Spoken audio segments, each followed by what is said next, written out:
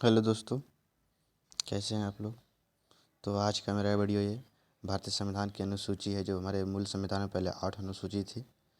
तो और अभी वर्तमान में वही अनुसूची की संख्या बढ़कर 12 हो गई है। तो उसी के ऊपर ये मेरा वीडियो रहेगा। आज पूरे अनुसूची की बारीक से देखेंगे इस वीडियो में, एक एक करके, कोई भी पॉइंट नहीं छूटेगा। परीक्षा के दृष्टि से महत्वपूर्ण ये अनुसूची बहुत महत्वपूर्ण होती है कोई भी एग्जाम के लेके। तो हमारे वीडियो में बने रहिए आप लोग। और आइए देखते हैं, शुरू करते हैं हम लोग भारतीय संविधान की अनुसूची।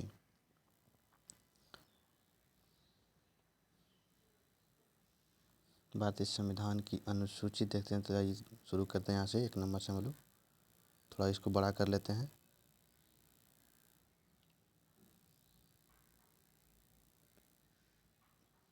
ये बोल रहा है कि हमारे मूल संविधान में पहले 8 अनुसूची थी। मूल संविधान में पहले कितना अनुसूची थी? पहले मूल संविधान में 8 अनुसूची थी। मूल संविधान में पहले 8 अनुसूची थी, और किंतु वर्तमान में इनकी संख्या बढ़कर 12 हो गई है। प्रथम अनुसूची, इनमें राज्य एवं संघ क्षेत्र की चर्चा किया गया। प्रथम अनुसूची जो है, इसमें राज्य और संघ क्षेत्र के बारे में चर्चा किया गया है। दूसरी अनुसूची में इनमें विभिन्न पदाधिकारियों जैसे राष्ट्रपति, उपराष्ट्रपति, राज्यपाल, लोकसभा अध्यक्ष, उपराष्ट्रपति, उपराष्ट्रपति नहीं है, उपाध्यक्ष है, राज्यसभा है, राज्यसभापति के सभापति और उपसभापति, मुख्य न्यायाधीश और राज्यपाल के वेतन एवं चर्चा के बारे में इसमें चर्चा किया गया है। इसी इसमें दिया है चिकित्सा का कितना कितना वेतन है। तो ये देखिए यहाँ इसमें बोला गया है कि राष्ट्रपति का वेतन जो होगा 5 लाख रुपया प्रति माह होगा। उस पर उपराष्ट्रपति का जो वेतन होगा 4 लाख रुपया प्रति माह होगा। और लोकसभा अध्यक्ष का जो वेतन होगा 4 लाख रुपया प्रति माह होगा। और राज्यपाल, लोकसभा अध्यक्ष, लोकसभा का उपाध्यक्ष और उपसभापति का ये वेतन जो होगा 3,50,000, 3.5 लाख प्रति माह होगा। वही सर्वोच्च न्यायालय, अन्य न्यायाधीश, सर्वोच्च न्यायालय व अन्य न्यायाधीश, उच्च न्यायालय के मुख्य न्यायाधीश जैसे CAG, UPSC का अध्यक्ष एवं RBI का गवर्नर, इस सब का जो तनख्वाह होगा कितना होगा? 2.5 लाख रुपया प्रति माह होगा। वही उच्च न्यायालय के अन्य न्यायाधीश, जैसे उच्च न्यायालय के अन्य न्यायाधीश जैसे UPSC के सदस्य, कैबिनेट में के मुख्य सचिव, मंत्रालय के सचिव, चुनाव आयोग, RBI के डिप्टी गवर्नर, इस सब का जो वेतन होगा 2.25 लाख रुपया प्रति माह होगा। इस सब के बारे में दूसरी अनुसूची में वेतन भत्ते के बारे में बताइए। वही तीसरी अनुसूची में बात करें हम, वही तीसरी अनुसूची में बोल रहा है कि तीसरी अनुसूची, इनमें विभिन्न प्रकार के पदाधिकारियों की शपथ, यानी कि तीसरी अनुसूची में शपथ का चर्चा दिया। शपथ वो कौन कौन ले है? संघ के मंत्री शपथ, ये पदाधिकारी हो संघ के मंत्री, संसद के निर्वाचन के लिए प्रत्याशी, संसद के सदस्य, उच्चतम न्यायालय के न्यायाधीश, भारत के नियंत्रण एवं महालेखा परीक्षक, राज्य के मंत्री, राज्य विधानमंडल के निर्वाचन हेतु प्रत्याशी और राज्य विधानमंडल के सदस्य। राज्य विधानमंडल के सदस्य, और नेक्स्ट है यहाँ राज्य विधानमंडल के सदस्य के बाद उच्च न्यायालय के न्यायाधीश, इन नोट में दिया देखो पढ़े।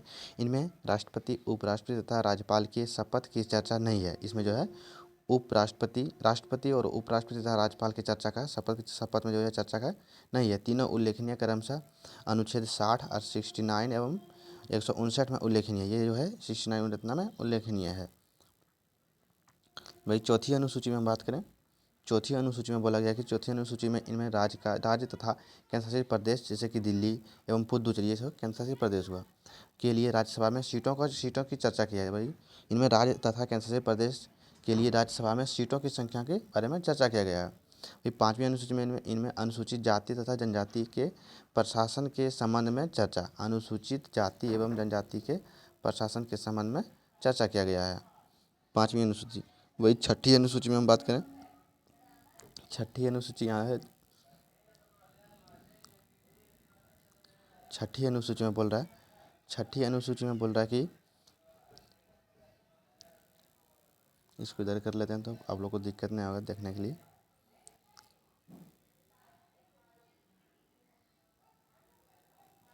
छठी अनुसूची में बोल रहा है, इस अनुसूची में पूर्वोत्तर भारत के 4 राज्य, जैसे कि पूर्वोत्तर भारत के 4 राज्य कौन कौन? असम, त्रिपुरा, मेघालय, मिजोरम के अनुसूचित क्षेत्र और प्रशासन की चर्चा के बारे में इसमें बताया छठी अनुसूची में। वही सातवीं अनुसूची में, इस अनुसूची में शक्ति के विभाजन, जैसे बोला कि सातवीं में शक्ति का विभाजन, सातवीं अनुसूची में शक्ति का विभाजन की चर्चा है। तथा इस अनुसूची में संघ सूची जैसे यूनियन लिस्ट, संघ सूची, राज्य सूची, समवर्ती सूची की भी चर्चा किया गया। कौन अनुसूची? 7वीं अनुसूची में संघ सूची, राज्य सूची और समवर्ती सूची का भी चर्चा किया गया 7वीं अनुसूची में। नेक्स्ट है 8वीं अनुसूची संघ सूची। आप देखते हैं इसमें, देखते हैं संघ सूची क्या है। संघ सूची है इसमें, संघ सूची इस सूची के केंद्र में, इस सूची में केंद्र सरकार जैसे कि संसद को कानून बनाने का अधिकार है। संसद को यानी केंद्र सरकार कानून कौन बना सकता है? संघ सूची में। और राज्य सूची, इस सूची में राज्य सरकार जैसे विधानमंडल, राज्य सरकार विधानमंडल को कानून बनाने का अधिकार होता है। वही समवर्ती सूची, इस सूची में केंद्र तथा राज्य, और समवर्ती सूची में केंद्र और राज्य नहीं, केंद्र सरकार भी बना सकता है और राज्य सरकार भी बना सकता है। तो दोनों सरकारें मिलकर ये इसमें कानून बना सकता है। लेकिन इसमें अगर वो होगा तो उस तरह को मान जो होगा तो संघ सरकार ही नहीं, राज्य सरकार को मान उतना नहीं होगा, केंद्र सरकार का ज़्यादा वैल्यू होगा। तो एक नेक्स्ट है यहाँ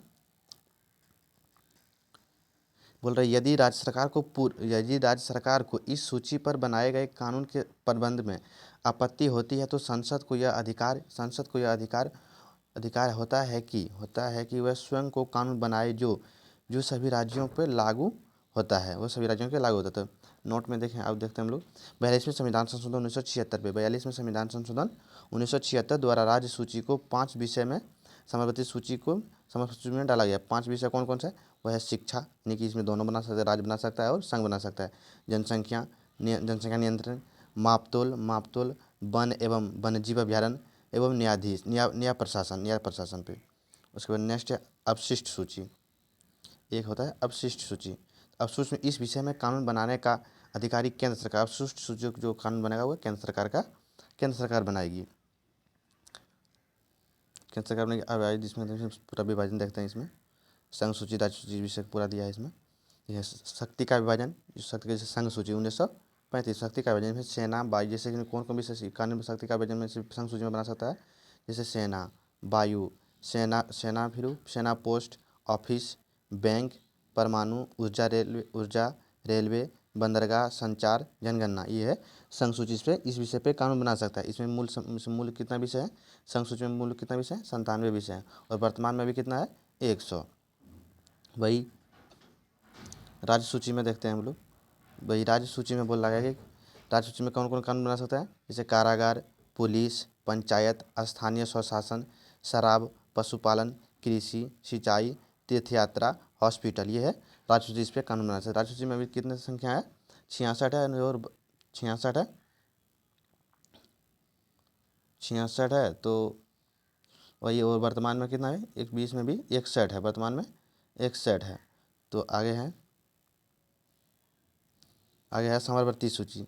समवर्ती सूची में भी वही शिक्षा, समवर्ती सूची में दोनों बना सकते हैं, जैसे शिक्षा, वन, आर्थिक नियोजन, मजदूर संघ, जनसंख्या नियंत्रण, विद्युत योजना, समाचार पत्र। इसमें भी 47 मूल है और वर्तमान में 52 है।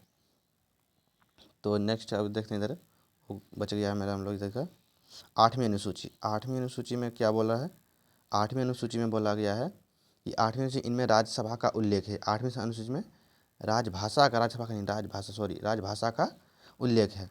प्रारंभ में इसमें 14 भाषा थी, जो शुरुआती था उसमें 14 भाषा थी, बाद में किंतु वर्तमान में 22 भाषा को मान्यता प्राप्त है। यानी 22 भाषा को अभी वर्तमान में 8वीं अनुसूची में 22 भाषा का मान्यता प्राप्त है। भाषा के बारे में सोचा जाएगा, जो कि है असमिया, बंगला, गुजराती, हिंदी, कन्नड़, कश्मीरी, मलयालम, मराठी, उड़िया, पंजाबी, संस्कृत, तमिल व तेलुगु, उर्दू।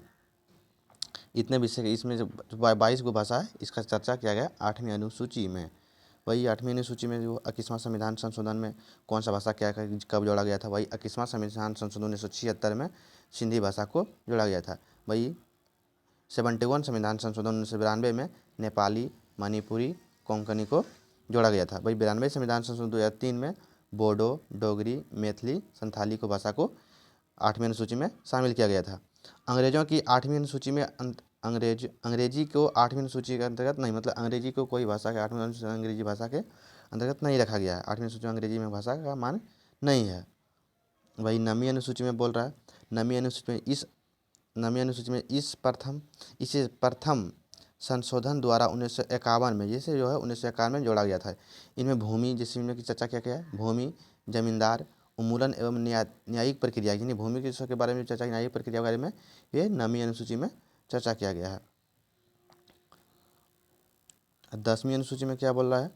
10वीं अनुसूचियाँ देखिए, 10वीं अनुसूची में बोल रहा है इनमें 52वां संविधान संशोधन, इनमें 52वां संविधान संशोधन 1958 1985 52वां संविधान संशोधन 1985 में जोड़ा गया। इनमें दल बदल यानी 10वीं सूची में दल बदल की चर्चा, जैसे 51वां संविधान संशोधन 2003 में इनमें संशोधन किया गया। इनमें दल बदल विरोधी कानून भी कहा, जैसे दल बदल विरोधी कानून किसे कहा जाता है? 10वीं अनुसूची को दल बदल विरोधी कानून कहा जाता है।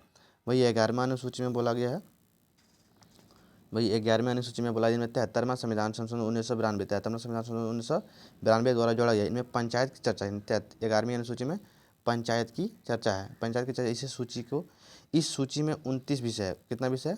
29 विषय है, जैसे कि ग्रामीण विकास, महिला एवं बाल विकास, बाजार एवं मेला, पुस्तकालय, मत्स्य उद्योग इत्यादि। ये सब के बारे में 11वीं अनुसूची के बारे में चर्चा किया है। वही 12वीं अनुसूची में क्या क्या चर्चा किया है?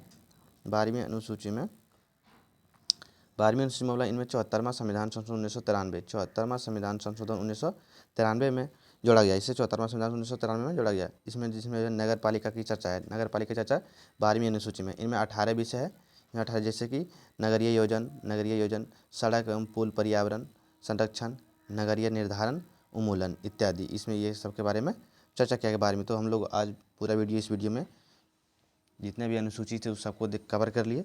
तो मिलते हैं नेक्स्ट वीडियो में। और वीडियो अगर अच्छी लगी हो तो वीडियो को लाइक कर दीजिएगा, चैनल को सब्सक्राइब कर लिए और अपने दोस्त को शेयर भी कर दीजिएगा। मिलते हैं हम लोग नेक्स्ट वीडियो में, तब तक के लिए जय हिंद।